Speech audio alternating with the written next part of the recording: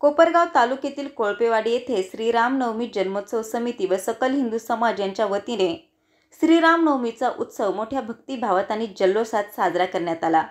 रविवार दिनांक 6 एप्रिल 2025 रोजी सकाळी 11 वाजता महंत गोवर्धन गिरीजी महाराज यांच्या हस्ते श्रीरामांच्या प्रतिमेचे पूजन पार पडले।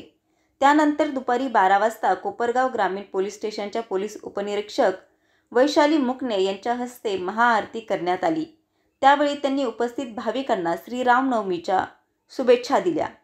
कार्यक्रमात श्रीरामनवमी जन्मोत्सव समितीच्या वतीने मान्यवरांचा सत्कार करण्यात आला।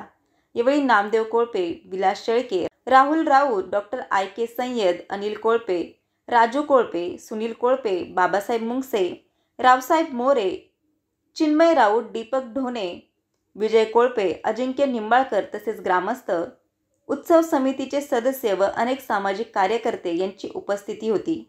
सूत्रसंचालन विकास चव्हाण यांनी केले।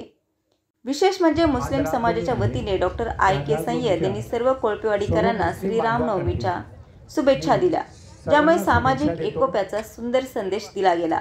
उत्सवानंतर महाप्रसादाचे आयोजन करण्यात आले होते, ज्याचा लाभ सर्व भाविकांनी घेतला। सायंकाळी 6 वाजता श्रीराम चौक येथून भव्य मिरवणुकीला सुरुवात झाली। मिरवणुकीत राम, लक्ष्मण, सीता आणि हनुमान यांच्या प्रतिकात्मक वेशभूषा साकारण्यात आल्या।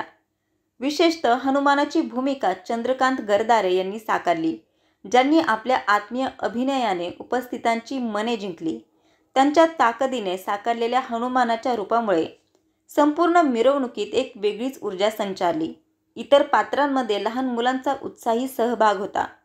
मिरवणुकीदरम्यान फटाक्यांची भव्य आतिषबाजी करण्यात आली।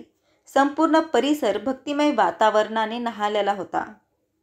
या मिरवणुकीसाठी कोपरगाव ग्रामीण पोलीस स्टेशनच्या वतीने चोख पोलीस बंदोबस्त ठेवण्यात आला होता। पोलीस उपनिरीक्षक वैशाली मुकणे स्वतः बंदोबस्तात उपस्थित राहून मिरवणूक सुरळीत पार पाडावी यासाठी सतत दक्ष होत्या।